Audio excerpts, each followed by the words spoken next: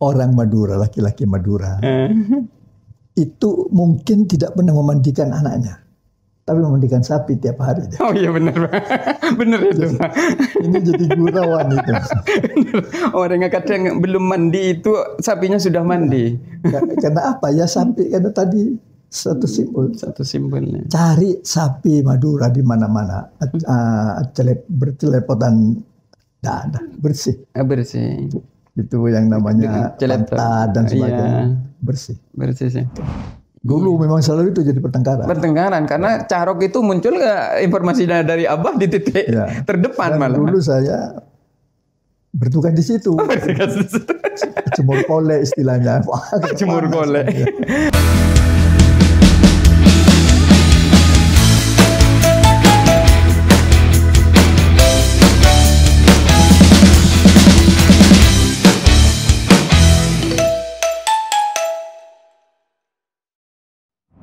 Assalamualaikum warahmatullahi ta'ala wabarakatuh. Hari ini kami dari tim podcast Universitas Madura, karena kami lagi datang tokoh Madura yang mungkin bisa dibilang adalah tokoh budayawan Madura yang hari ini hadir bersama kita, yakni Bapak Dr. Kadarisman Sastro-Diwiryo MSI.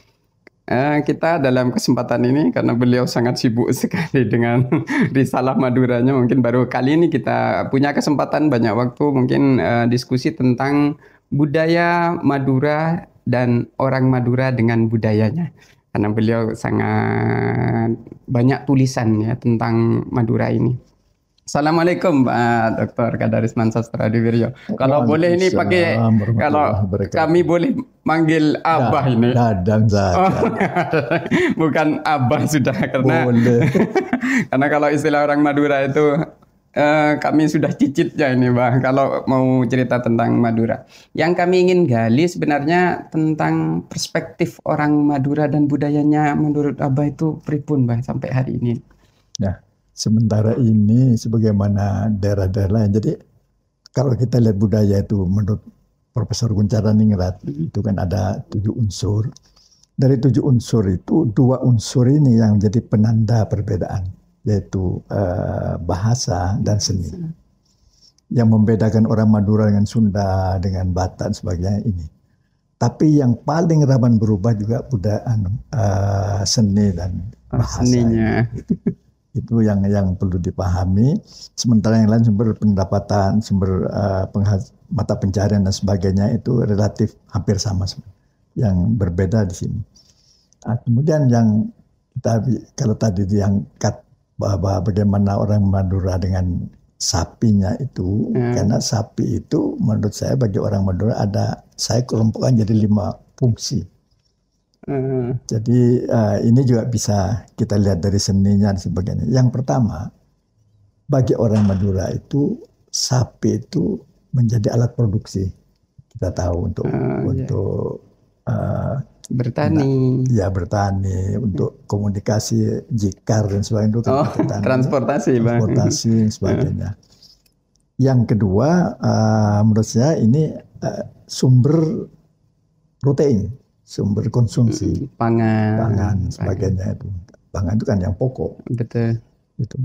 Kemudian yang ketiga sebagai alat rekreasi. Jadi ada sapi sono, ada sekerapan sapi, ada saya dengar dari Pak Zali tadi ada sapi tangke dan sebagainya itu. Sapi tacek juga, Bang. Ya, sapi tacek. Jadi orang Madura itu betul-betul terhadap hiburan sapi itu menunjukkan hiburan yang pokok. Jadi berapapun harga sapi dibeli oleh mereka, dan mereka betul-betul dengan sapi itu ada kehubungan. Kemudian yang keempat, sapi itu sebagai investasi.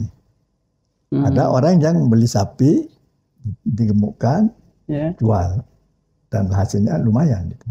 Jadi, ada sapi-sapi memang ditahan untuk menyekolahkan anak dan sebagainya. Itu yang kita. Ada yang kelima, ini yang jarang disebut. Apa itu, Bang? Status simbol. Simbol. Jadi simbol status. Orang punya sapi di Madura itu orang kaya. Jadi orang kaya. Jadi jadi orang yang kaya ya di mana-mana dihormati. Jadi orang punya sapi itu jadinya dia tergolong naik anunya itu. Ini kemudian kelima hal ini ya menyatu. Jadi ada orang yang mengapa memelihara sapi itu begitu anunya, hati-hatinya karena satu simbol. Oh iya. Kita kaitannya ke sana itu. Kerapan untuk apa? Ratusan juta dia keluar supaya kalau dua tangceng tuh jual tangceng dipanggil ke lapangan, dipanggil nama besarnya. Jadi sekarang ini lebih utama mana Pak, memelihara sapi sebagai hiburan atau simbol status? Ya simbol status. Terus di dalamnya selalu ada. Oh yang 4 tadi ya Pak? Iya yang 4 itu yang utama, yang 5 ini justru menentukan. Lebih menentukan. Nah, itulah yang ingin saya berikan tekanan. Tidak bisa lepas orang Madura itu dengan sapinya tidak bisa lepas karena unsur-unsur ini. Jadi status simbol ini erat sekali nih Pak kalau dengan budaya Madura. Istilahnya kalau mohon maaf Pak Ghazali. Orang Madura, laki-laki Madura itu mungkin tidak pernah memandikan anaknya. Tapi memandikan sapi tiap hari. Oh iya benar Pak.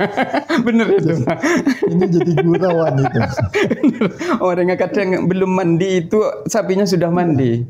Karena apa ya sapi? Karena tadi satu simbol. Satu simbolnya. Cari sapi Madura di mana-mana. Bercelepotan dada bersih. Bersih. Itu yang namanya pantat dan sebagainya. Iya. Bersih. Bersih sih. Itu jaga. Itu hal-hal yang saya lihat yang bagaimana orang Madura mendudukkan sapi bukan hanya sekedar hiburan tapi satu kesatuan itu. Kalau di adat Madura itu kadang kandang itu berdempetan dengan rumah dapur. Dan mungkin dengan dapurnya nyatu ya. Itu. Gimana kalau dari pandangan itu Pak? Ya itu karena ini status saya naik karena sapi saya tempat terhormat. Saya orang Madura tidak tahu apa kebersihan sebenarnya. Saya ingin tanya, kalau ada pegawai baru naik sebagainya, dia mampu ngambil kredit sepeda motor. Kalau malam motornya ditaruh di mana? Di halaman? Enggak, di ruang tamu. Iya benar Pak. Di ruang tamu. Kenapa? Ini barang berharga. Iya. Itu jangan salahkan kalau orang Madura naruh sapi tidak di Tegal. Di bagian rumah malah. Di bagian rumah. Jadi sapi itu bagi orang Madura ada faktor keamanan, faktor banyak hal itu. Tapi yang jelas sapi itu dimasukkan ke hotel. Saya katakan masukkan ke hotel, makannya diantar. Iya. Jadi orang Madura cari pakan itu diantar. Kalau di Jawa sebagainya kan dilepas di Tegalan. Iya, di Ngangon artinya Pak. Iya, orang Madura enggak. Jadi diperlakukan seperti raja, makannya diantar. Disiapkan. Kandangnya bersih, dan sebagainya. Kotorannya dibuang. Dan ditaruh di dekat itu menunjukkan bahwa nilai ini tinggi nih. Tidak ditaruh di sembarangan. Betul. Ditaruh di dekat. Betul. Apakah orang Madura tidak paham kesehatan, bersihan? Paham. Kebersihan. Tapi saudara kalau mau lihat orang itu ya tidak lalu kotoran sapi masuk ke kandang, tidak. Dempetan itu. Ini kaitannya dengan tanian lanceng. Iya. Kalau istilah di budaya sapi Madura itu Pak kadang tempat angkringan sapi ya atau pemaceknya sapi.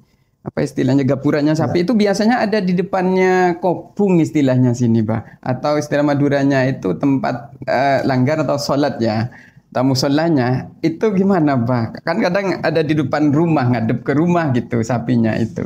Ya itu kan dalam mereka melatih itu kan di sapi itu kan tiap hari sapi, kalau sapi kerapan sapi itu kan seperti orang, jadi orang itu kalau merunduk terus itu tidak laku. Sapi kerapan yang kan itu mereka dari kecil sudah diajari kakinya itu di atas batu dan ini diajari supaya tegak karena sapi kerapan dengan yang tegak itu yang betul Pak, betul. Menyerundu dan sebagainya dia ya nggak bisa kita harapkan jagoan itu. Kan sampai tak pate sehat itu ya. Jadi gini Pak, kalau yang di Waru itu kan identik tradisinya ya, kalau sapi sebelum masuk ke sono itu sapi tacak dulu Pak, sapi tacak. Kalau istilahnya apa kalau di budaya Madura itu sapi tacak itu merupakan proses sebelum masuk ke budaya sono Pak? sapi tacek itu fenomena baru. Jadi muncul dulu yang muncul selalu kerapan, sapi kerapan itu. Oh, di karapannya ya. Tapi kemudian ada orang-orang yang tidak hanya memperhatikan sapi pejantan, tapi sapi betina karena semuanya yang harus dijaga itu sapi betina ini. Lalu lahirlah tradisi itu tadi sapi tacek, kemudian ada kontes-kontes dan sebagainya.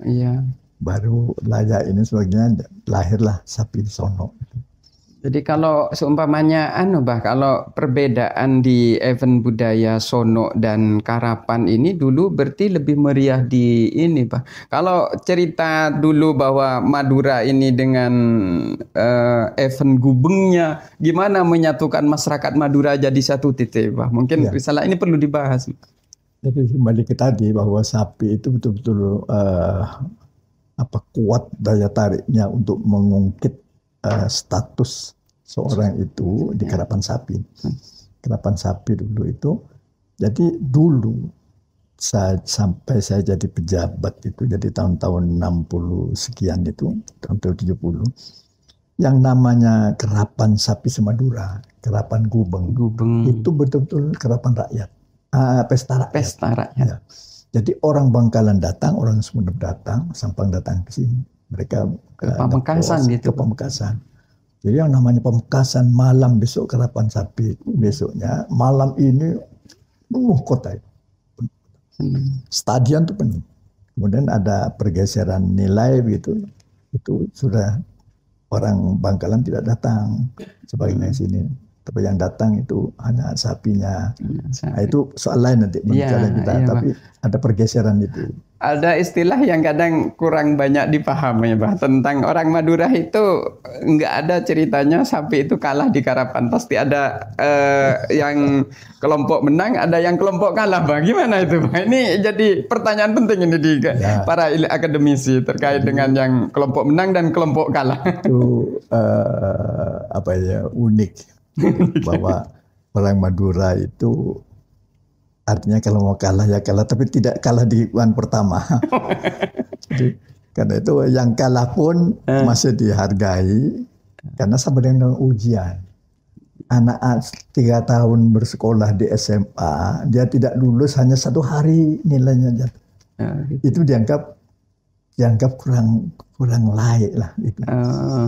Karena itu di 1 hari saja mengalahkan 3 tahun. Hilang. Nah, orang muda mengatakan kalah dulu di aduan pertama, mari kita jangan pulang dulu. Lalu diadakan juara bagian kalah, juara kalah. Kalau begitu orang muda nggak menang ke TV, ya terserah. Iya benar, bahaya muncul kalimat itu, Mbak. Terserah itu. Jadi tapi orang muda beranggapan bahwa janganlah satu saat itu menentukan kejatuhan seseorang hanya karena itu. Karena itu walaupun dia kalah, tapi di kalangan kalah pun ini kan masih jago-jago. Iya.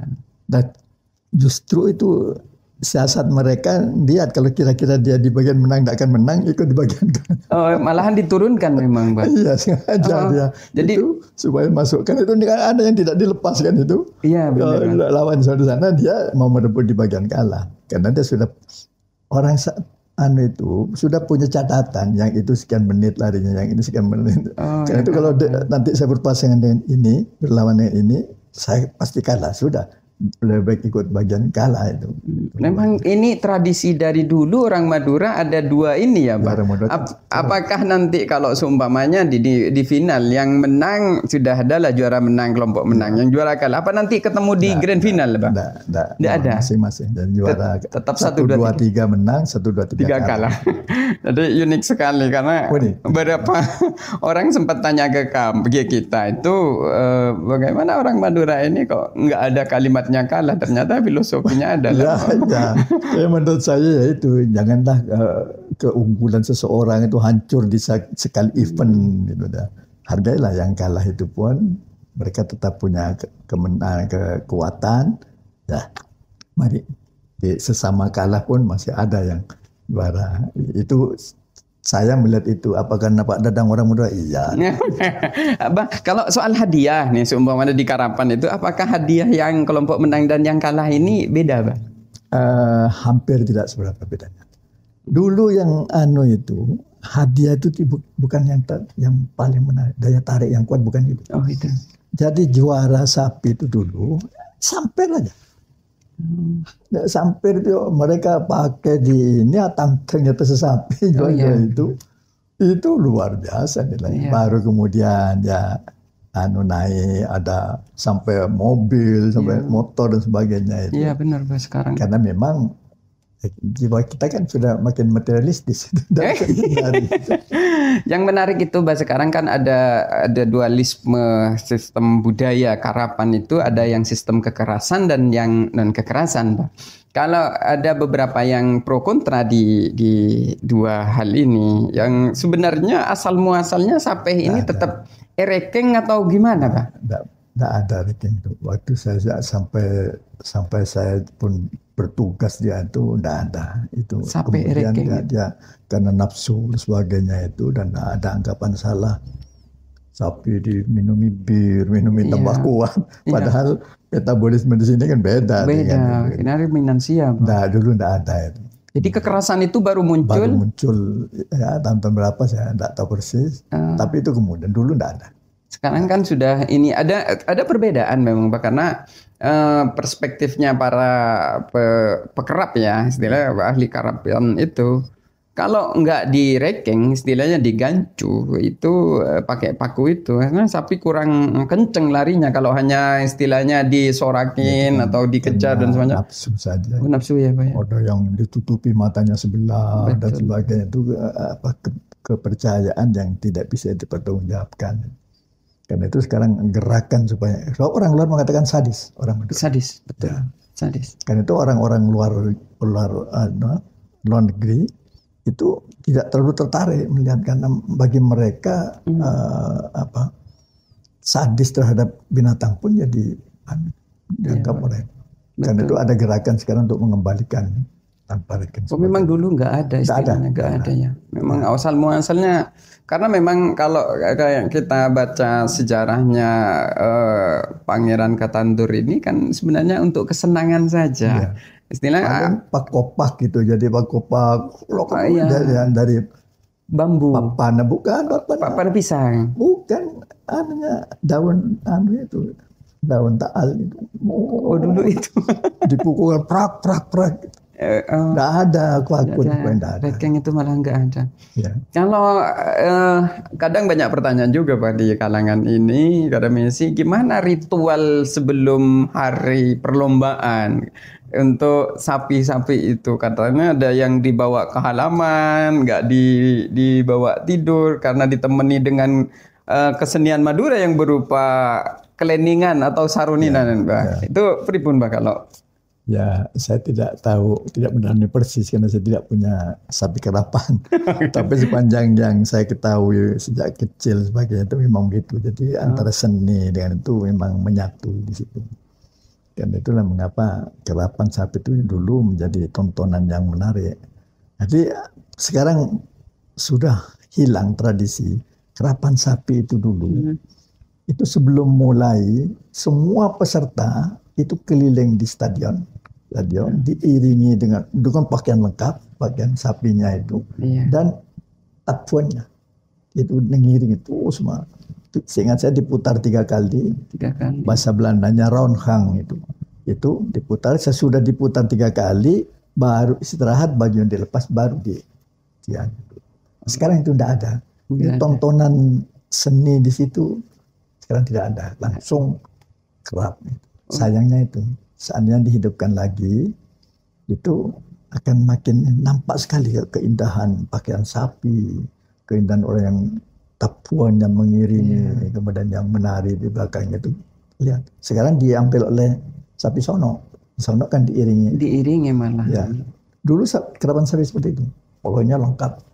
Menarik sekali sebenarnya kalau sapi yang dengan budaya tadi ceritakan oleh Abah Adarisman ini, bahwa ada sistem ronghang bahasa Belandanya. Sapi yang diputar 3 kali seluas di lapangan karapan itu untuk menunjukkan seninya. Mungkin juga menunjukkan identitas pemilik dan sapinya mungkin, Pak. Betul. Jadi memang diperkenalkan sapi ini milik Pak Zali dari Gitu. Unira, kemudian sampai ini Oh gitu. milik Pak Dadang. Iya. Perkenalkan. Karena balik lagi ke prestiusnya kalau melihara sapi Madura, Ya. ya itu katanya orang Madura ya. Nama saya kalau dipanggil di lapangan dengan sebutan ceculuk nama atau julukan sapinya, ada yang istilah jet mitik ya punyanya Haji Thohir, kemudian punya Pak Trabu itu Cilet Apoy. Jadi ini menarik sekali ketika mereka memang ada hal prestis ketika dipanggil namanya di kontes karapan itu. Kalau menariknya lagi, Pak, kalau seumpamanya kan sekarang sudah mulai golongan muda ini sudah mulai hilang kecintaan terhadap budaya ini. Kalau dari kacamata Abah Kadarisman ini gimana ke golongan muda sekarang? Saya melihatnya sebagai orang tua tidak dari satu sisi. Saya tidak berani mengatakan bahwa golongan muda tidak cinta budayanya. Tapi saya melihat di sisi lain itu kan memang budayanya menjadi tidak menarik. Itu. Ya, gitu. Orang sudah nonton sana, nonton sapi disakiti dan sebagainya. Seperti itu kan menemukan hal menjadi tidak menarik bagi mereka. Karena itu sekarang ada upaya itu bagaimana tontonan karapan sapi itu menjadi tontonan yang menarik. Karena itu lalu ada tari-tarian sebelum mulai dan sebagainya. Itu salah satu upaya untuk membuat tontonan yang menarik. Gitu. Jadi jangan sepihak orang Madura, generasi muda Madura tidak gitu, cinta budaya. Tapi sekarang budayanya itu tidak membuat orang jadi cinta. Iya. Itu harus mawas sendiri golongan tua itu. Berarti yang hilang sekarang dari ini, Pak, dari seni budaya ini apa sehingga mungkin hal ini mungkin ya karena tadi salah satunya adalah kekerasan, Mbak ya. Kekerasan mungkin ini balik lagi kepada aturan lamanya. Kemudian untuk menarik minat lagi untuk meriah seperti ceritanya Abah di awal tadi bahwa ini balik lagi ke pesta rakyat. Apa Pak yang mungkin? Saya tidak banyak saran, cuma yang penting intinya bagaimana membuat tontonan karapan sapi itu bisa menjadi memiliki daya tarik bagi generasi muda. Ya kita harus misalkan sekarang kan ada pergeseran kan budaya. Iya, pergeseran budaya itu karena pergeseran itu harus diikuti, jangan berpegang bahwa orang itu kadang-kadang nafsu jadi juaranya menang sehingga yang lain-lain diabaikan. Itu jangan. Nilai aspek estetika dan sebagainya itu harus diperhatikan. Bagaimana mengemas ini? Saya tidak punya saran, terserah pada seniman-seniman itu. Karapan sapi seniman tidak diajak bicara. Dan baru di pembukaan, mengapa hanya itu? Apa tidak ada ruang untuk masuknya seni di karapan? Pasti ada. Bah, kalau di dalam sejarahnya, kalau sono itu ada paguyuban, Pak. Apakah di Karapan juga ada, Pak? Ada. Paguyuban Karapan sapi Madura. Iya, dulu kan di sini ada pesta lesak. Pesta lesak. Iya, ada yang dipimpin almarhum Pak Nasir itu. Apa itu dalam rangka itu? Ya, dalam rangka membuat itu menarik dan ada bagaimana aturan-aturan dan sebagainya itu ada. Cuma sekarang sudah Pak Nasir ketuanya meninggal, selanjutnya ada. Ada paguyuban Karapan. Ada. Sehingga mungkin Mbak kalau ini bisa kita diskusikan ya menjadi media informasi juga bagi halayak di luar nanti yang nonton ini. Artinya tugas paguyuban itu juga mengatur jadwal event setiap kabupaten sehingga jadwal itu bukan milik diserahkan ke kabupaten memang Pemda. Oh, karena jadwal untuk sejarahnya ini, jadwal itu memang di karapan sapi itu kan legendanya atau sejarah yang ini dari Pangeran Ketandur kan itu. Nah, kemudian sejak zaman Pak Narto, Sunarto, Hadiwijoyo itu di Residen Madura, beliau menghidupkan ini. Karena beliau paham bahwa ini betul-betul seni budaya miliknya rakyat. Karena itu di tiap-tiap kawedanan, ex-kawedanan, itu ada lapangan. Di sini di Pegantenan, di Kelis, tiap itu ada untuk karapan. juaranya itu baru ke kabupaten stadion. Ke Gubeng itu. Ya Gubeng. Gitu. Berarti setiap kabupaten dulu, kabupaten baru 4 kabupaten diadu. Ya. Berarti ada perwakilan berarti Pak kalau sempurna dari Gubeng itu kalau dulu bisa berapa sapi? Berapa 6. Tadi Pak? 6 ya? Iya, atas 1, 2, 3 kalah, 1, 2, 3 menang. Oh iya, tadi balik lagi ke depan ya. Berarti ada ini ya. Selalu 24 itu. Selalu 24 kalau karapan sapi. Itu jamnya juga bisa. Dulu melepas ini sekian menit itu bisa dihitung. Sehingga dulu rata-rata sekitar jam 1 itu sudah selesai. Sekarang kan ada yang nggak melepas keliling dan sebagainya karena percayaan itu, lalu jadwal jadi kacau. Orang siapa mau nonton karapan sapi sampai 2 hari? 2 hari, Pak. Nggak mau orang, apalagi anak-anak muda. Yang delay cuma itu. Tidak ada inovasi baru yang untuk membuat itu. Iya, Pak, benar.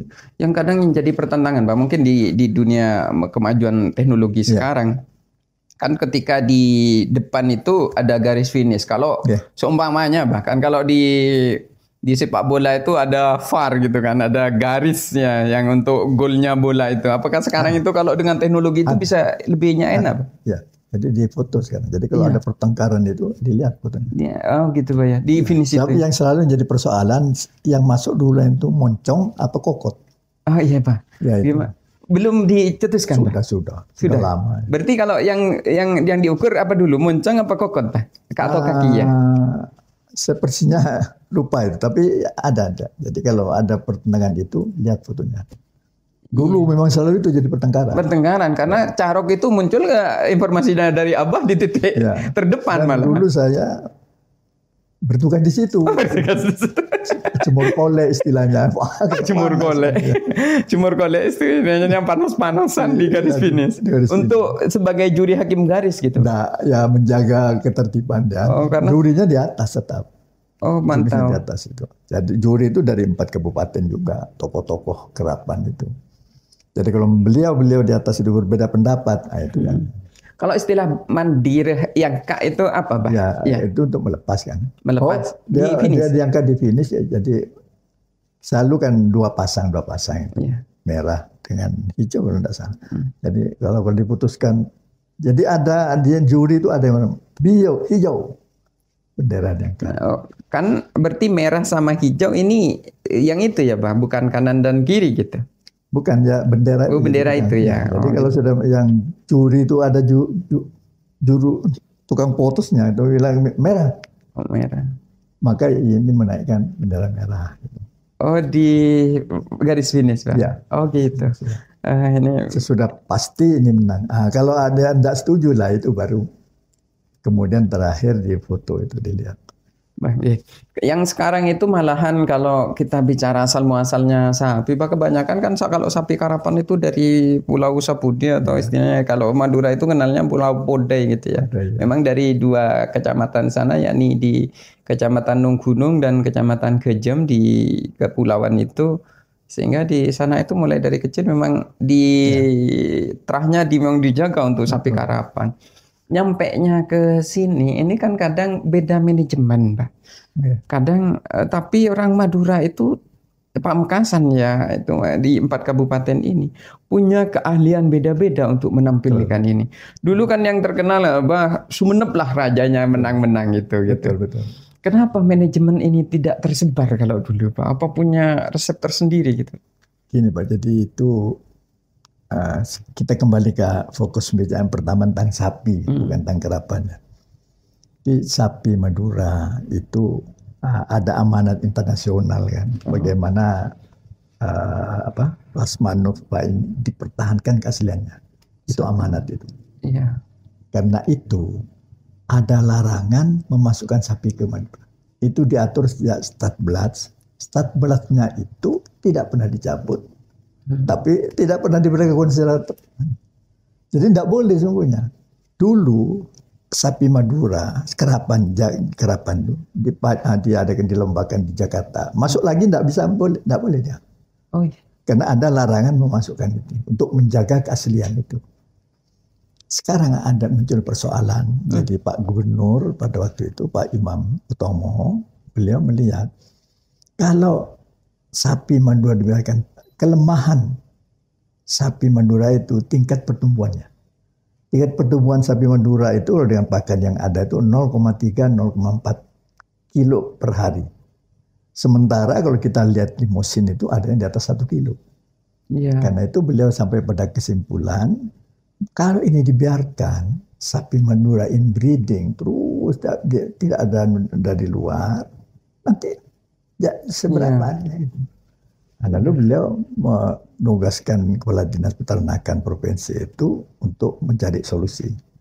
Akhirnya saya kebetulan terlibat di situ, Pak Amiril juga Unira itu terlibat di situ untuk bertemu dengan di Sumeneb. Di Sumeneb itu ada pertemuan antara akademisi, pemerintah daerah, dan tokoh-tokoh peternak. Tokoh-tokoh peternak sapi itu bagaimana menjaga keaslian, tapi juga menjaga untuk kesejahteraan sapi itu kan untuk kesejahteraan, dan yang fungsi yang kedua sumber konsumsi, sumber pangan itu. Atau simpanan keluarga gitu. Tapi kalau dibiarkan terus selalu ketinggalan. Akhirnya yang ketiga ke pasarnya lemah gitu. Dan lemah. Akhirnya di Sumeneb itu saya ingat betul Pak Amiril, karena saya menghubungi berbicara tentang ini, dicarikan jalan keluar kompromi. Akhirnya dicapai kompromi, seingat saya itu tertulis pada itu bahwa Sumeneb itu menyediakan pulau Sepudi dan pulau Woteran itu tidak boleh masuk sapi luar, termasuk stronya tidak boleh. Itu dijaga keasliannya. Pamekasan tidak punya pulau, dibagi. Jadi wilayah utara, Pasian, Peru, Batu Marmar sampai ke Pakong mungkin itu tidak boleh masuk stro ini, dikawinkan dengan ini. Ke selatannya boleh, demi untuk besarnya sapi itu kesejahteraan. Kalau ini untuk Sampang enggak, itu bagi. Itu yang terjadi dalam rangka dua tujuan ini. Jadi sampai sekarang Statblad yang melarang itu tetap ada. Tapi berlakunya ya sekar petibi itu. Statblad ini berarti bahasa Belanda loh, Belanda ya, Statblad. Memang diaturan untuk karena yang mengadakan itu Belanda. Jadi Belanda ada amanat itu menjaga betul Madura itu, karena istimewa ini. Sapi Madura itu. Itu yang orang tidak banyak tahu. Betul. Sekarang sembarangan memasukkan. Kemudian di selatan untuk Pamekasan atau di Sumeneb itu sapi Madura asli itu dikawinkan dengan dicoba ada simental, ada angus, ada ini. Orang Madura itu fanatik warna kulit. Warna kulit ya. Yang cocok itu hanya limusin. Limusin kalau dengan sapi Madura itu perubahan warna tidak seberapa, cuma lebih tua sedikit. Lahirlah Madrasin. Madura dan limusin. Kawin itu. Tingkat pertumbuhannya juga tidak 0,4. Saya dengar bisa 0,7-8 kalau pemeliharaan baik itu. Itu yang terjadi, yang sekarang saya tidak tahu perkembangannya itu. Masalah pertama itu bagaimana menjaga keaslian Pasmanut Waiti dan bagaimana menjaga kesejahteraan rakyat. Yang kedua masalah yang udah pakan. Di Madura itu pakan yang jadi masalah. Betul, bermasalah. Karena itu kalau Unira unit pengembangan ini tangani dulu pakan, sehingga mereka selama pakan itu dapatnya sulit karena rakyat sudah, kalau seperti sekarang kering. Musim paceklik pakan. Iya, jadi sudah coklat warna daun. Rumput kan warna coklat. Mau diberi kacamata hijau, tidak bisa. Tapi tengahnya jerami gitu, Pak. Iya, yang terjadi. Iya, Pak. Jadi yang memang, jadi saran Abah itu ya dua berarti ya. Jadi kalau di Madura itu tentang pemurnian dan juga sekarang jadi permasalahan tingkat adalah pertumbuhan itu pertumbuhan dengan pakan. Kemudian pakan itu jadi masalah. Jadi kalau menangani itu dulu menurut saya. Bagaimana saya menginginkan Unira itu menjual donatnya sapi. Fresh dijual. Nah, kalau mereka Di tempat lain misalnya jagung itu ditanam tidak untuk diambil buahnya, tapi untuk setahu saya di Banyuwangi gitu, orang-orang menanam jagung itu tidak sampai berbuah, sudah untuk pada pakan malah. umur tertentu untuk pakan. Pakan ternak. Ya. Itu yang barangkali kalau memang Unira bersemangat untuk itu. Jadi saran ke Abah dari diskusi kita itu terkait dengan kondisi paceklik pakan di musim kemarau ini memang menjadi perhatian serius gitu ya. Karena memang tadi ada program grading up mulai dari pemetaan wilayah utara dan selatan memang yang boleh dikawin silangkan atau diinseminasi ya untuk program grading up atau pertumbuhan bobot badan untuk ketersediaan pangan hewani tadi. Kalau yang lebih menarik mungkin Pak, kalau untuk pemetaan wilayah itu kan kalau Pamekasan itu sudah pasti wilayah utara gitu ya. Kalau untuk ini ya, memang ketersediaan bibit itu Pak perlu juga diperhatikan karena orang Madura itu kan kadang kalau sistem suntik itu kebiasaan mungkin dulu karena risalahnya kalau orang ngawinkan secara alami bawa sapinya itu ke pejantan gitu Pak. Sekarang itu kan dengan program teknologi mungkin dengan inseminasi buatan itu bisa kawin alam gitu. Yang mungkin jadi perhatian mungkin menurut Abah nih pejantan unggul yang seperti apa yang mungkin menjadi selera Madura selain warna tadi Pak? Ya, itu saya tidak tahu persis karena saya bukan ahlinya di situ, tapi pemerintah itu sudah berubah. Pemerintah dituntut untuk kalau memang ini tidak boleh dikawinkan dengan sembarangan Indo, maka pemerintah harus menyiapkan. Saya dengar bahwa pemerintah memang beli sapi yang unggul di utara. Ditaruh di Bedali atau di mana? Ada di kemarin itu yang beli dari Balai Besar Inseminasi Buatan BBIB Singosari. Oh, di Singosari. Itu ada untuk seksing sperma. Sperma itu. Iya, untuk sapi jantan. Saya pikir itu sudah menyelesaikan masalah, tapi menurut Pak Zali tadi kan itu sudah sekian tahun diperbarui sama dengan inbreeding juga, inbreeding juga. Itu di luar kemampuan saya. Gitu. Karena podcast kita sudah panjang, mungkin ada ini Pak sebelum kita tutup acara, mungkin ada pesan bagi kami masyarakat Madura secara umum dan mungkin para akademisi ilmuwan yang mungkin butuh informasi lebih jauh. Ada closing statement mungkin Mbak dari Abah? Harapan saya para akademisi ini, terutama dari Unira itu betul-betul memberikan perhatian khusus terhadap ini. Sebab Madura dengan sapinya itu sudah dikenal di mana-mana. Di dunia ini hanya ada satu tontonan yang tidak ada duanya di tempat lain, kerapan sapi.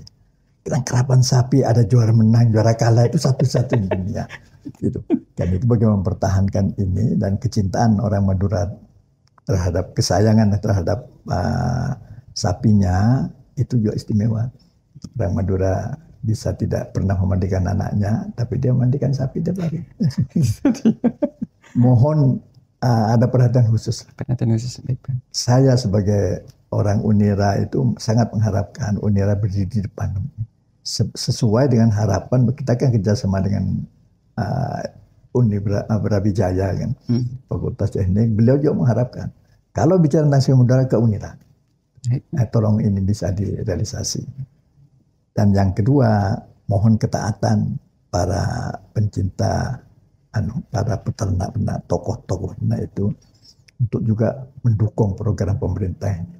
Bagaimana mempertahankan keaslian sapi Madura dan bagaimana sebagian untuk mendukung kegiatan kesejahteraan masyarakat. Barangkali itu. Terima kasih Abah atas ilmu yang diberikan ke kami dan mungkin ini menjadi suatu motivasi besar bagi kami di akademisi dan mungkin juga para pecinta budaya sapi Madura di Pulau Madura. Terima kasih banyak atas waktunya Abah sudah hadir di podcastnya di Universitas Madura. Salam sejahtera selalu. Assalamualaikum warahmatullahi wabarakatuh.